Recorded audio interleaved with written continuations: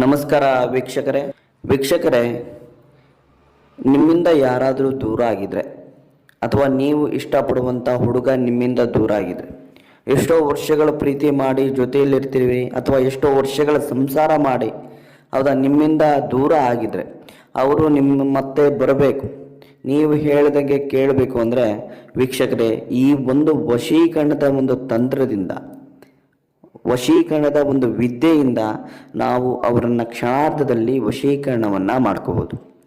ವೀಕ್ಷಕರೇ, ಇವತ್ತಿನ ಈ ಒಂದು ವಿಡಿಯೋದಲ್ಲಿ ನೀವು ಇಷ್ಟಪಡುವಂಥ ಒಂದು ಸ್ತ್ರೀಯನ್ನು ಅಥವಾ ಒಂದು ಪುರುಷನನ್ನು ಯಾವ ರೀತಿಯಾಗಿ ವಶೀಕರಣವನ್ನು ಮಾಡ್ಕೋಬೋದು. ವೀಕ್ಷಕರೇ, ನೀವು ಕೂತ ಜಾಗದಿಂದಲೇ ಮಾಡ್ಬೋದು. ಅದಕ್ಕೆ ಬಹಳ ಏನು ಖರ್ಚು ಮಾಡಬೇಕಾಗಿಲ್ಲ.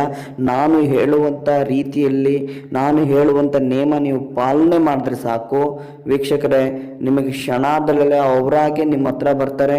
ಅವರಾಗೆ ಯಾರು ನಿಮ್ಮ ನಂಬರ್ನ ಫೋನ್ ರಿಸೀವ್ ಮಾಡ್ತಾ ಇರಲ್ಲ, ಅವರಾಗೆ ನಿಮಗೆ ಫೋನ್ ಮಾಡ್ತಾರೆ, ನೀವು ಹೇಳಿದ ರೀತಿಯಲ್ಲಿ ಕೇಳ್ತಾರೆ. ವೀಕ್ಷಕರೇ, ಸೋಮವಾರದ ದಿನ ಮಧ್ಯರಾತ್ರಿ 12 ಗಂಟೆಯ ಮೇಲೆ ಕುಂಕುಮವನ್ನು ತಗೋಬೇಕು. ಕುಂಕುಮವನ್ನು ವೀಕ್ಷಕರೇ ನಿಮ್ಮ ಕೈಯ ಮುಷ್ಟಿಯಲ್ಲಿ ಇಡಬೇಕು.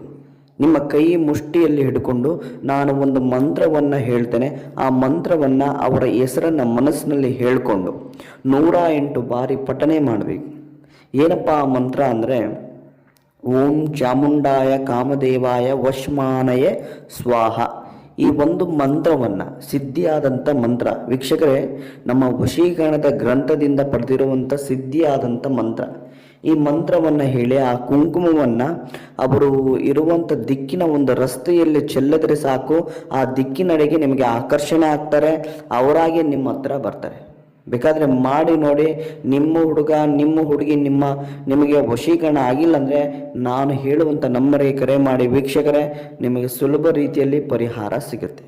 ನಮಸ್ಕಾರ, ಧನ್ಯವಾದಗಳು.